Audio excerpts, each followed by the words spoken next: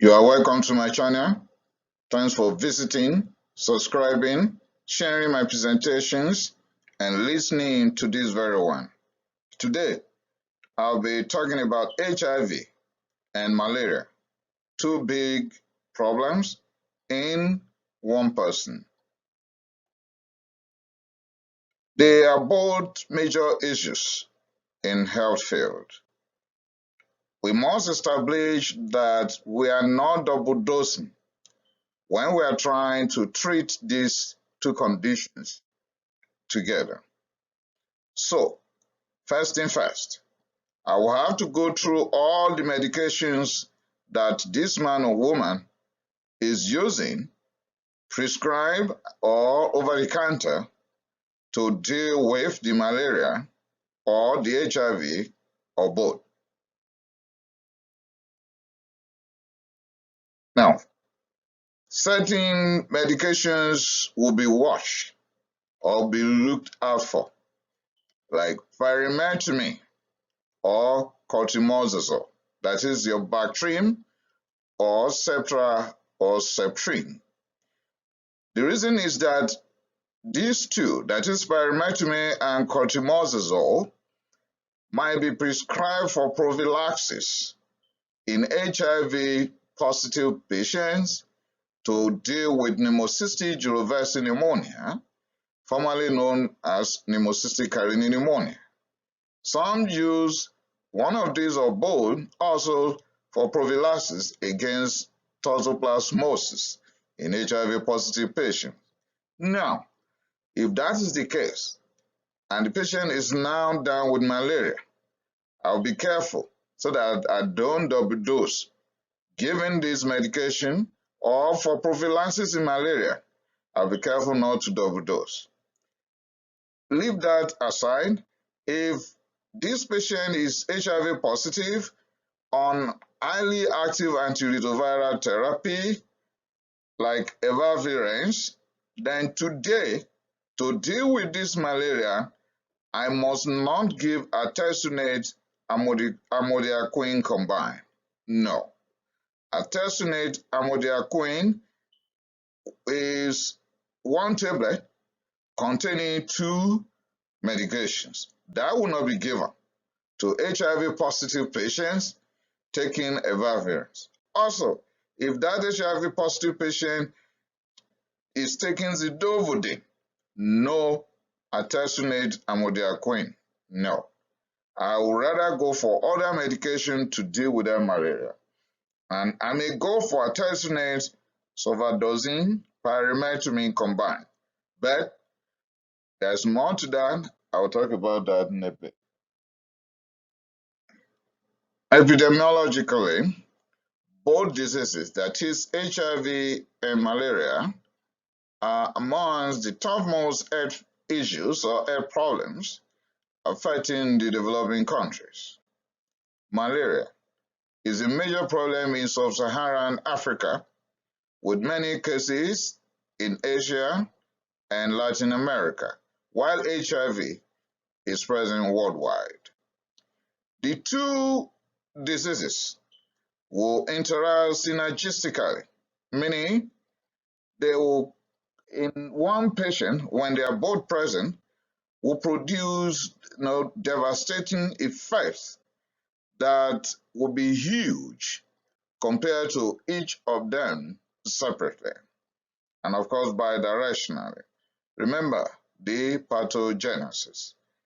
Severity of malaria will likely increase with the presence of HIV, and vice versa is that HIV will become more difficult to handle in the presence of malaria.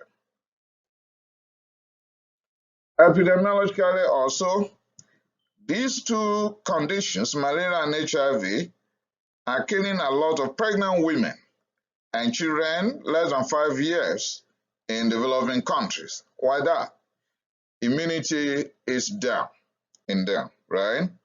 And if someone is semi-immune against malaria but becomes HIV positive, then the semi immunity will be lost and a full-blown malaria is likely. Remember, in one of my publications on malaria already I've explained that we have two stages, erythrocytic stage of the plasmodium and the pre-erythrocytic stage, which is the hepatic stage or hepatic schizomes. When we have treated the erythrocytic stage that will give signs and symptoms, the hepatic schizomes will remain in the liver for a long time. So later on, they will multiply, they will grow, then be released back into the red blood cells, giving signs and symptoms again. The reason why many who live in endemic zones go to Western world and then have malaria after 1 year, even more. Now, pathogenesis. Malaria is associated with a strong CD4 cell activation and also upregulation of pro-inflammatory cytokines, thus creating the environment for the growth of the HIV virus among CD4 cells and consequently having a very rapid HIV-1 replication. You can see how malaria has helped HIV but not helping the host. HIV positive patients will have higher rates for clinical malaria based on what I've explained just a few minutes ago. The lower the immunity, the worse the outcome of malaria. Okay, and remember, malaria is hitting the CD4, HIV is replicating there, destroying CD4. More treatment failure risks will likely occur with HIV when the person is having malaria. The same the other way around. Also, HIV viral load may likely increase. Okay, we can rewind back to the pathogenesis. Highly effective drugs will be needed for the two conditions. More cases of anemia will likely be the issue here. While that, malaria on its own can cause anemia. Pregnancy on its own might lead to anemia. Now, HIV and the highly active antiretroviral therapy can lead to anemia. Now picture a scenario where we have a pregnant woman who could have anemia, having HIV and on treatment that could lead to anemia. On top of it, today she's down with malaria after we have done our peripheral blood smear. Oh, really? So three scenarios that could lead to anemia. So can we picture how low the level of hemoglobin will be or how severe the anemia will be in this woman? Treatment. Based on the ongoing HIV treatment, certain anti-malaria should not be prescribed around this person today or till as long as he or she is on those medications. And can we name them? Yes, of course.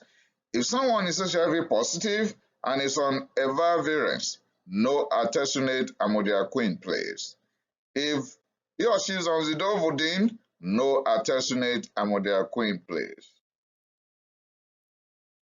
Still on treatment, you may give artesunates over dosing pyrimethamine, like I've said earlier, but we don't give artesunates over dosing pyrimethamine if already the HIV positive patient is already placed on pyrimethamine or cotrimazole for pneumocystis jirovecii pneumonia or toxoplasmosis prophylaxis.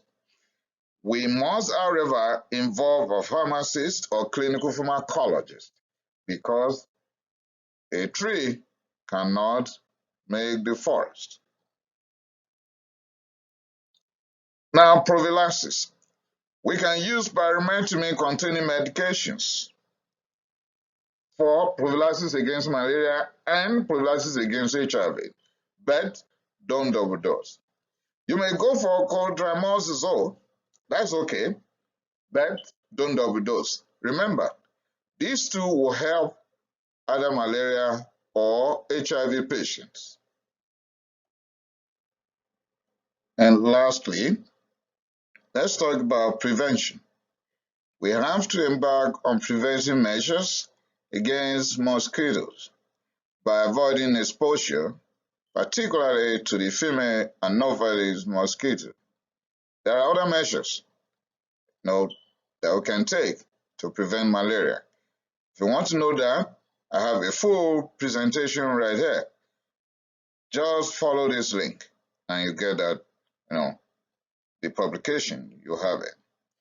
Also, malaria vaccine has become a big topic right now that some people are asking, do we really have one or we don't? Well, the answer is right here. Follow this link, already published by me. With that, I've come to the end of this very presentation. Remember to share this. Remember to subscribe to my channel. HIV is a big problem. Malaria is another. Imagine when the two are in one person in an endemic zone of the world, where many may not even have access to good medications. And to those who will do, we need to watch. Are we double dosing? That is the issue, because certain medications could be used in both conditions. And there are certain antiviral medications that once the patient is taking them, there are anti-malaria agents that must not be used concomitantly with those antiviral or anti-HIV medications. With that, thanks for listening once again. Please remember to subscribe to my channel. I appreciate it.